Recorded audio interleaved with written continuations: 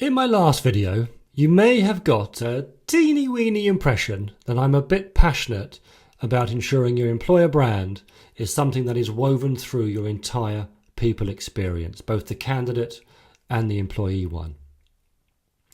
I spoke about how employer branding is about emotion. Give me a great experience today and I'll love your employer brand, but give me a bad one tomorrow and I may not hate it, but my positive sentiment towards it could be severely dented.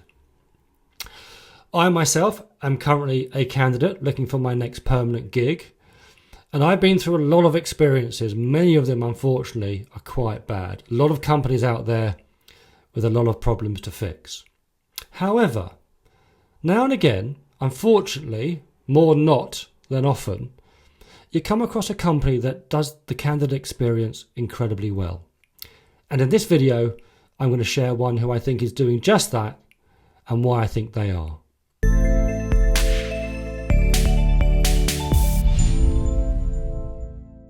Before I reveal the company where, so far at least, I've had a great candidate experience, based specifically on the path and the direction that I have trodden with them so far, I just want to cover a few things that make a culture great.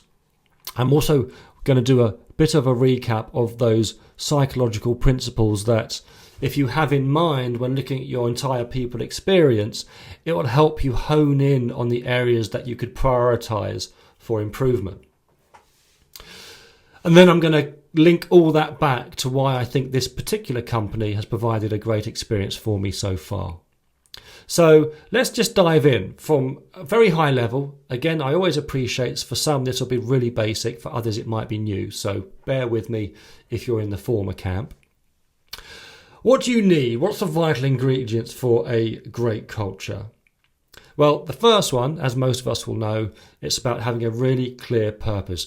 Any strategy 101 is about having the purpose. What are we here for? Why are we doing this? And when you've got that, there's got to be a healthy balance of being able to achieve that purpose is A, achievable, but also B, challenging. And it's got to be the right balance. If you've ever been into gaming, game developers are the masters at doing this. They make sure that to progress, there's enough challenge to keep you engaged and entertained, but it's not so easy that you get bored and just walk away, and it's not too hard where you just give up.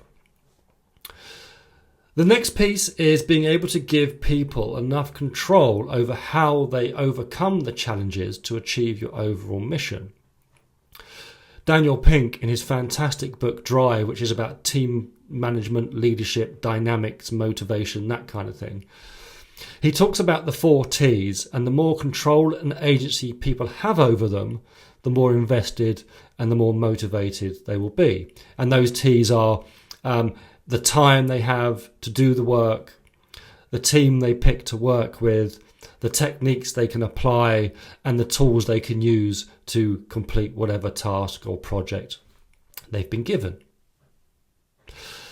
The next piece, the 4th element, is signs of progress. And I talk about the progress principle and making small gains, small improvements, small steps forward. As humans, we are motivated by progress. We like to feel forward momentum, which is why it's so important in culture to celebrate not just the big, grand, finishing completion of projects, but the progress, the small wins, so people can feel like they're moving forward and they're being rewarded and recognised for doing so.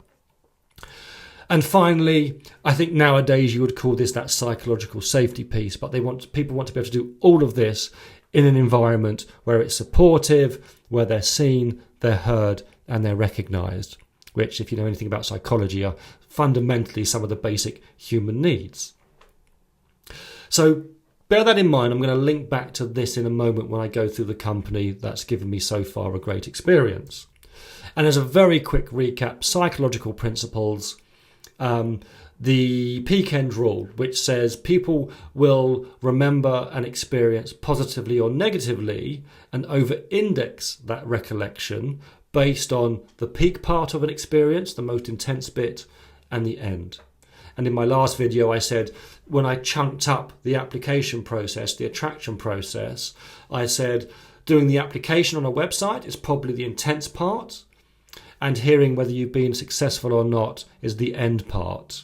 So if you're going to focus on anything, if your resources are limited and you need to prioritize where you're going to make improvements, then maybe focus in on those bits potentially. The next principle is idleness aversion. Humans don't like doing nothing. We like to be kept busy. We like our mind being occupied sometimes. And I mentioned that you'd rather do a 20-minute detour and feel like you're doing something, making progress, than sat in traffic for 10, 15 minutes. The longer detour is preferred to the shorter wait. Operational transparency is just that. People like to know what's going on behind the curtain. If you leave them to their own devices, they'll start to think negative things about you. Something untoward is happening. And Domino's, for example, that I shared last time, they had loads of people complaining that their pizzas were late. So to counter this, they did lots of things. One of them was give free pizzas if it was over 30 minutes. This did nothing to quash the volume of complaints they were getting. They launched the pizza tracker, where people could look on their phones and see where in the production process the pizza was. And surprise, surprise, complaints fell through the floor, revenues went through the roof. Everybody was happy because customers didn't want free pizza. They just wanted transparency on where their pizza was. Linked very closely to that is uncertainty anxiety. Humans like to know what's going on. We like a certain element of control in our lives. And it's better to tell someone that their train is going to be 2 hours late as opposed to just telling them it's going to be late. Telling them it's going to be 2 hours gives them a certain degree of certainty as opposed to just not knowing what is going on at all. It causes too much anxiety. And then I spoke about this already, the progress principle. People need to feel like they're moving forward. It's very motivational. We're making strides. Big goals can be overwhelming and can be demotivational if people think it's too unrealistic and unfeasible to be able to achieve it. But if they can see they're making progress, even if small steps that are celebrated and recognised, it creates that positive inertia to push people forward to complete the task in hand, no matter how big that might be. So I'm going to now take all of those and just link it back to why, in this experience that I've had so far, on the path I've trodden and the direction I've come in from, I think this company are doing a really good job. So the company in question are Octopus Energy. They're a UK energy provider, clues in the title. And this job popped up in my LinkedIn feed, and I was reading through it and remembering those cultural ingredients and those psychological principles. I'm just going to take you through how I think they're mapping to those incredibly well. So straight out the traps, I mentioned about that number one vital ingredient for culture is a clear purpose. They lead with that front and centre. Help us make a big green dent in the universe. Nice bit of copy that it drags you in. And in terms of purpose, in the current world, in our current climate, no pun intended, I don't think there's many purposes greater than trying to improve climate change. And you click on this, it says they need a lot more people, and straight away it links to the investment they're making in global clean energy growth. Really, really fantastic. What's other kind of, as you read through this, other parts that are really great, they don't use words like innovation and collaboration. You know, these overused, it's becoming cliche, dare I say, a bit of BS bingo. Everyone's using these words, but instead of using those words, they describe how they're doing it without saying they are those things. So, for example, we don't have a traditional people team. We really don't. Other things, they're obsessive. They think about their customer a lot. I think they think about their customers a lot. The paragraph that really stood out for me is this one. Because I talk a lot about companies need to get better at revealing the real of what it's like to work within their organisations. I think employer branding gets a bit of a bad rep because if you look on LinkedIn or other channels, a lot of the content you see is over polished, it's overly positive, it's all about the rainbows, the butterflies and the unicorns. Now, nowhere's perfect, and we're all adults, and we all know that. So I passionately believe companies need to get better, and if they want to be distinctive and get cut through in their messaging, by sharing more of the salt, not just the sugar.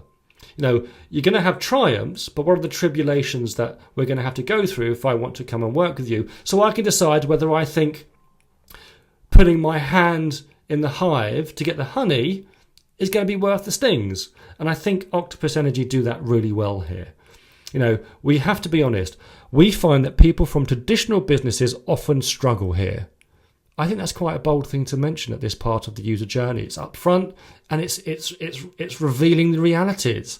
We don't work with traditional processes and we move super quickly. I just think that's brilliant. If I was to give some constructive feedback about the job ad, it's probably a little bit long. I did a word count. I think it's about 720 words. And just a kind of a fun fact for you. Think about the user journey. Think about human behavior. The average reading speed for a human is about 250 words. Then if you look at your Google Analytics on your career websites, I can pretty much guarantee you that average dwell times will be around the 2-minute mark. The number of pages that people look at in that time can range from 1 to 3, and then they either drop off or they fall into your applicant tracking system and Google can't connect follow the journey between the two platforms. And then you layer on that data point that the average reading time, words per minute, is 250 words per minute. And you realize that with 750 words in your job description, no one's reading it. It's physically impossible for them to be doing so if you put all those data points into the mixer and think about the time you've got to engage. So if anything, I would look to condense this. Probably 2-minute bullet points. But other than that, if you think about that culture piece I talked about, there's some really great points here. So anyway, you click apply. Where's the apply button? There it is. And you go to the underbelly of their ATS. Aesthetically, it's not great, but you know what? It doesn't always have to be. It does the job. The form you have to fill in, you can either do quick apply with LinkedIn, which kind of pulls in and passes all your data. Doesn't always do it the most accurately, but often I find that they don't. You've got to do some tweaking along the lines. They ask for your LinkedIn profile and other profiles. A couple of questions to fill in about the company, why you want to apply, what stands out. In this particular case, because in the job advert they spoke about how they don't do things traditionally, they ask you a question about how you think you would work in that environment, which I think is quite good. It pulls that thread of consistency through in the experience.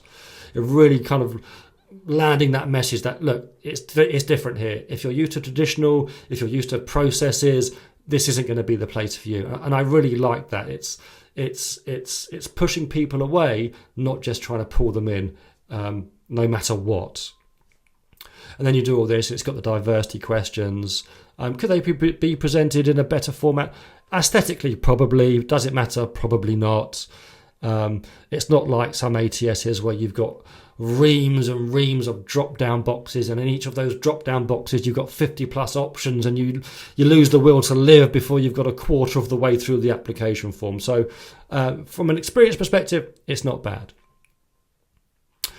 Then I applied. I'm not going to go to the website. The website is room for quite a bit of improvement, but I'll maybe save that for another day. And I think that's probably down to, they're quite a startup organisation, don't have a lot of investment. But as I've just proved on this journey, I haven't even touched their website yet. I found the job on LinkedIn, I click apply, I go straight to the ATS, and I did it. I just went to the website as part of kind of some general research, but I'll do that if I was called back and invest more of the time. What's then really interesting is the next part of the journey. So remember those psychological principles. Let's have a look at those now. And this is a great response. Open, transparent, real. So let's go through it. So nice one, Octo friend. Don't know how I feel about that, but okay. We've received your application. We're really chuffed. Again, it's that down-to-earth, colloquial language. It's not too snooty. It's not corporate. Really conversational, very informal, but still professional. For me personally, I really like that. It's drawing me towards the employer brand. I'm thinking, yeah, these are people I'm going to get on with. We're on that. We're very similar in that respect. Transparency. Operational transparency. This is an automated email, so we like to make sure it's a useful one. I have a thing about overuse of exclamation marks. I've got 2 teenagers, and I think that makes you look like a bit of a screamy teenager, but hey, it is what it is. What can you expect now you've submitted your application? Again, more operational transparency. We look at every single application that comes through so we assure you that a real human will review your application. We aim to get back to everyone as quickly as possible. This can be as fast as 2 weeks, but sometimes 4 to 5 weeks. It feels a bit long, but A, they've been transparent, and they've got rid of the anxiety of my uncertainty. So many companies send you an email that says, hey, we've got your application, we'll be in touch if you're lucky. But they've said, it's not a great time frame, but you can't argue with it. At least I know. So I don't have to chase them. What's happening? What's happening? They've said 2 weeks ideally, but it might be up to 5 weeks. So now I wait. You'll always hear back from us. We promise everyone gets a yes or no answer. Again, transparency, they're getting rid of the anxiety. Even if it's disappointing, sorry, your application wasn't quite right this time. And we are really sorry about those ones. We've all been in that position ourselves. That human connection, that empathy, it's a really good message. Whoever did this, bravo. It's hat tip. This is all for now from our automated reply. Hopefully you'll get the information you need. We look forward to reviewing your application, blah, blah, blah, Octopus team. Again, idleness aversion. Now I'm waiting for 4 to 5 weeks. What can I do? If you'd like to delve a bit deep into the Octoverse, they're really pushing that Octo thing. In the meantime, why not get acquired with some of our potential future colleagues? You can go here. There's a blog. There's videos on there. How we're making the world greener, linking to the purpose. And again, that cultural piece. They seem like nice people. I've been seen. I've been recognised. My expectations are being managed. There's so many things they're doing right here. It's a great example. Or even read the story of our fluffy octopuses. And I'm going to go and read that because I'm just intrigued. Fluffy octopuses. Who doesn't want to read about fluffy octopuses? So anyway, a really good example of people that are just nailing and showing and infusing their culture they're fostering, those psychological principles that they're catering for. And it's just so far a great experience. That's it from me. Again, as always, I hope you found this helpful, and I hopefully see you again soon. Cheers.